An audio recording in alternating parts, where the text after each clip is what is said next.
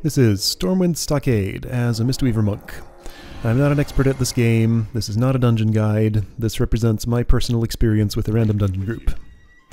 So the Stormwind Stockade and Ragefire Chasm are kind of sibling dungeons in a way. Each one resides in the capital, like the physical location of it if you want to walk there yourself, is in the capital city, a major capital city of opposing factions. So if you're playing Alliance and you want to go to Ragefire Chasm without using the Dungeon Finder, you're gonna have a hard time. If you're playing Horde and you want to go to the Stormwind Stockade without using the Dungeon Finder, you're gonna have a hard time. Because going through opposing factions' capital city is very dangerous. You'll get killed by guards on sight and stuff like that. Anyway, this is a tiny little dungeon. There's honestly not much to say about it. I flashed up the map for a moment there. You can almost see the entire dungeon on the minimap right now. This one changed around a little bit, I think in Cataclysm? Yeah, so this is not how it originally looked, but it's not incredibly different. I think it's just 3 bosses. 1 north, 1 west, 1 east. Not a whole lot going on here. What level am I at this point? Have to wait to not be in combat so that the combat symbol changes to my level.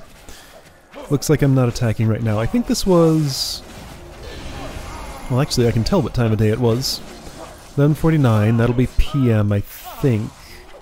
Actually, I don't know, that could be AM or PM. I think I vaguely remember that I wasn't feeling, like, super up for much when I was doing this dungeon. This might have been on the same day. Yeah, this was probably right after, looking at the clock, like immediately after that Scarlet Halls run that I did. Where I was kind of off my game. So if this was still on the same day...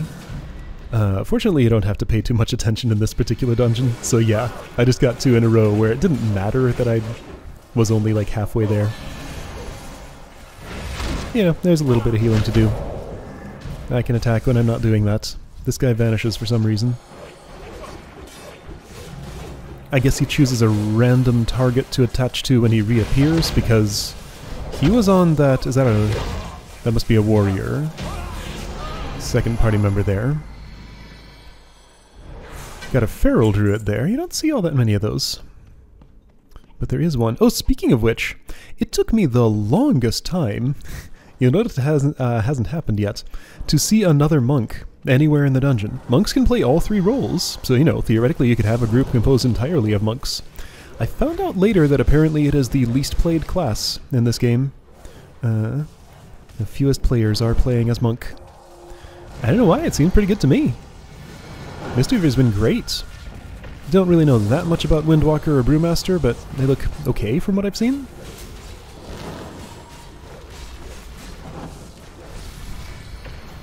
One thing I don't get to see playing as this character, which I've seen just a little bit with the Fury Warrior I mentioned playing as when I'm not playing this one, is different healers.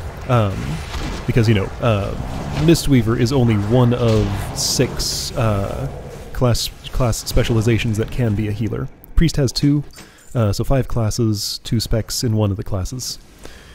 Yeah, and the different healers work fairly differently. So I had to play a different role to see another perspective on that. But I get to see all kinds of tanks and all kinds of damage dealers here.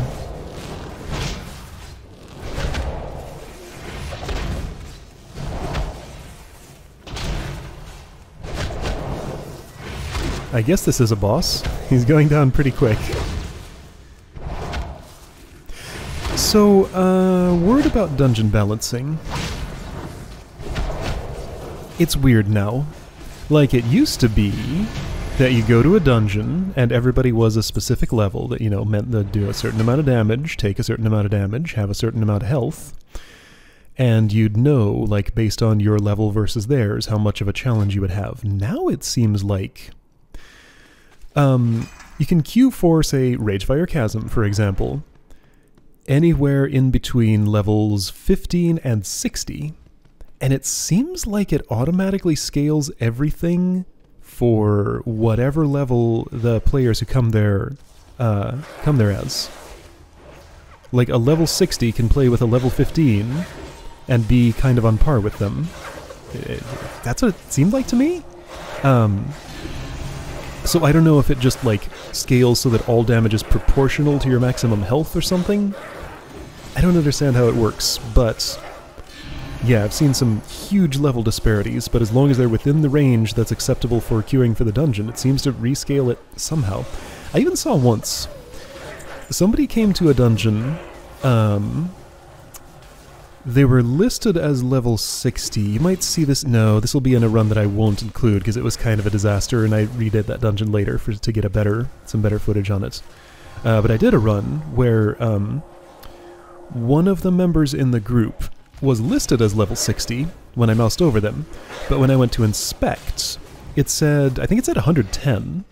So, like, they were much higher level, and had somehow come into a level 60 maximum dungeon, but then been scaled down to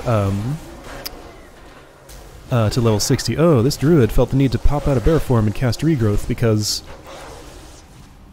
their health fell down to half because I was stunned. My understanding is you usually don't want to do that. I have heard, this was several expansions back, so I don't even know if it was accurate then, I don't know if it's accurate now, but what I've heard about that is that if you are playing a type of tank who can do hard cast of spells, while you're casting you can't actually block. So you'll be taking more damage as you're casting that, so usually you want to avoid it.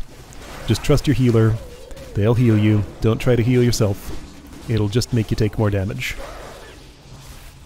Not applicable to all situations ever, but certainly in that situation, I would say that would be the wrong move, to pop out and actually heal. Then again, I mean, the druid doesn't know me, doesn't know how much I can be trusted. And on this day, I don't know how much I can be trusted, given how I was doing in the Scarlet Halls. This is Hogger. He has a bit of a reputation of sorts among players. He was put in here kind of as a joke. I don't know the whole situation. He was like an early quest boss who, like anybody playing in Elwyn Forest, which I guess would just be humans, right? Because dwarves and gnomes both start in whatever the zone Ironforge is in is. Night elves start in Teldrassil. So every new human character you would make at some point would, if you're questing in your starting zone, end up with a quest to defeat Hogger, and he was like the first stumbling block for a whole lot of new players. Then that just became kind of a running joke of some sort, so then Blizzard, being who they are, likes to take things like that and run with it, so now he's a dungeon boss.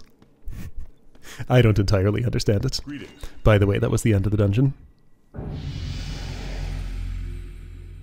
Pick something or other. Do I have anything on my head at this point? I might not. If I was pressing shift there, it wasn't comparing with anything. Yeah, I think my head is bare. Anyway, so I got a helmet. That's nice. Alright, and that's the end. See you for the next one.